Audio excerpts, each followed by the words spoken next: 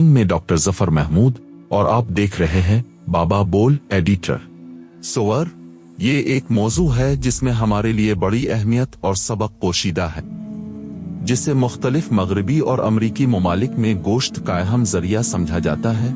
इसके मुतालिक कई ऐसे पहलू हैं जिनसे वाकिफियत मुसलमानों के लिए जरूरी है। सुअर की जिस्मानी साख्त और उसके अज्जा का हमारे जिस्म और रूह पर असर किस तरह हो सकता है, आइए इसे तफसील से समझते हैं। यूरोप और अमेरिका में तकरीबन हर जगह सुअर को गोश्त के बुनियादी जरिया के तौर पर परवान चढ़ाया जाता है। इन ममालिक में सुअर के फार्म्स कसीर तादाद में पाए जाते हैं, जहां निहायत बड़े पैमाने पर इस जानवर को पाला जाता है। मिसाल के तौर पर सिर्फ फ्रांस में ही 42,000 से ज्यादा पग फार्म्स हैं। मगरबी ममालिक के लोगों ने उसे अपने खाने का अहम हिस्सा बना लिया है और कसरत से इस्तेमाल करते हैं। लेकिन आपको जानकर हैरानी होगी कि सुअर के जिस्म में दीगर जानवरों की निस्बत चर्बी की मिकदार बहुत ज्यादा होती है। ये चर्बी न सिर्फ इंसान के लिए नुकसानदेह है बल्कि मुख्तलिफ बीमारियों का सबब भी बन सकती है। एक वक्त था जब सुअर की इस जायद चर्बी को इन ममालिक में ठिकाने लगाना एक बड़ा चैलेंज बन गया था। फूड डिपार्टमेंट्स के पास इसका कोई खास हल नहीं था, लिहाजा उन्होंने काफी अरसा इस चर्बी को जलाने का तरीका इख्तियार किया ताकि इसे तलफ किया जा सके। वक्त के साथ साथ जब इस चर्बी को तलफ करने के लिए मजीद वसाइल दरकार होने लगे तो उन्होंने एक नया रास्ता निकाला, जिसमें उन्होंने इस चर्बी को मुख्तलिफ अशिया जैसे साबुन और कॉस्मेटिक्स वगैरह में इस्तेमाल करना शुरू कर दिया। लेकिन इब्तिदाई दौर में इन मसनूआत पर साफ तौर पर यह लिखा होता था कि उनमें सुअर की चर्बी इस्तेमाल हुई है। जब मुस्लिम ममालिक को इसका इल्म हुआ तो उन ममालिक ने उन मसनूआत पर पाबंदियां आयद कर दी, जिसके बाइस मगरबी कंपनियों को काफी नुकसान उठाना पड़ा। यही सूरत हाल इस वक्त भी पेश आई जब उन कंपनियों ने सुअर की चर्बी को बैसगीर की तरफ भेजने वाली गोलियों पर हिफाजती तह के तौर पर इस्तेमाल किया। यूरोप से बैसगीर भेजी जाने वाली उन गोलियों को नमी से महफूज रखने के लिए सुअर की चर्बी की हिफाजती परत लगाई गई। फौजियों को इन गोलियों को इस्तेमाल करने से पहले इन परतों को दांतों से नोच कर अलग करना पड़ता था।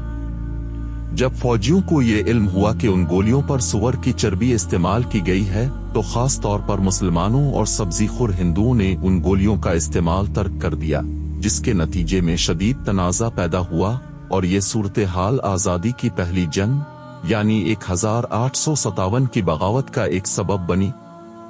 इस बगावत और नुकसान के बाद यूरोपीय कंपनियों ने एक नया तरीका निकाला। उन्होंने अपनी मसनूआत में सुअर की चर्बी को छुपाने के लिए एक खुफिया ज़बान यानी कोडिंग का इस्तेमाल शुरू कर दिया।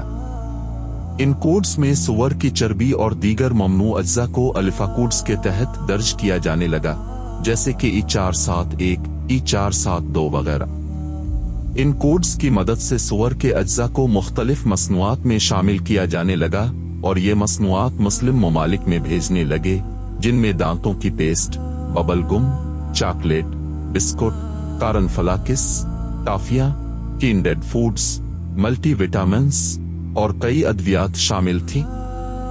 यूं सुअर के अज्जा मुसलमानों के रोजमर्रा इस्तेमाल में शामिल होते गए और लोगों को इस हकीकत का इल्म न हो सका कि वो गैर शऊरी तौर पर उन ममनू अज्जा को इस्तेमाल कर रहे हैं। अब आते हैं इन नुकसानदेह असरात की तरफ जो कि सुअर के अज्जा हमारे मुआशरती व इखलाकी हालात पर डालते हैं। बाज़ माहिरीन के मुताबिक सुअर के अज्जा के इस्तेमाल से हमारे मुआशरती व इखलाकी बिगाड़ में इजाफा होता है, क्योंकि ये अज्जा हमारे जिस्म और दिमाग पर ऐसे असरात मुरतब करते हैं जो कि हमारे ईमान और अखलाकियात को मुतासिर करते हैं। यहाँ मुसलमानों के लिए ये समझना निहायत जरूरी है कि ऐसे अज्जा से इज्तिनाब करें जो कि हमारे दीन में ममनू है।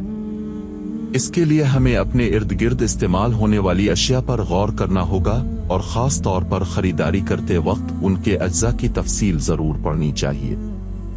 इन मसनूआत के लेबल्स पर अलिफा कोड्स की सूरत में जो कोड्स दर्ज किए गए हों उन पर तवज्जो देना और उन्हें पहचानना निहायत जरूरी है। अगर किसी प्रोडक्ट में E100, E110, E120, E140, E141, E153, E210, E213, E214, E216, E234, E252, E270 पाया जाए तो उनसे जरूर बचें, क्योंकि इनमें से अक्सर कोड सुअर की चर्बी या उसके मुश्तकात की निशानदेही करते हैं। आखिर में इस पैगाम को दूसरों तक पहुंचाना हमारी जिम्मेदारी है। जब हम अपनी जिंदगी में इस्लामी उसूलों का लिहाज रखेंगे और उन ममनू अज्जा से परहेज करेंगे तो न सिर्फ हमारी सेहत महफूज रहेगी बल्कि हमारा ईमान और अखलाक भी मजबूत होगा। इस वीडियो के जरिए मैं अब सबसे गुजारिश करता हूं कि इस पैगाम को अपनी फैमिली और दोस्तों तक लाजमी पहुंचाएं ताकि वो भी इस हकीकत से वाकिफ हो सकें और अपनी जिंदगियों में इस्लामी हिदायत पर अमल कर सकें। अगर वीडियो पसंद आई और उससे कुछ नया जानने को मिला तो इसे जरूर लाइक करें, सब्सक्राइब करें और बेल आइकन के बटन को दबाएं। अब मैं मिलूंगा आपसे एक ऐसी ही नई इंटरेस्टिंग वीडियो में, तब तक के लिए अपना बहुत ख्याल रखें। शुक्रिया वीडियो देखने का। अल्लाह हाफिज।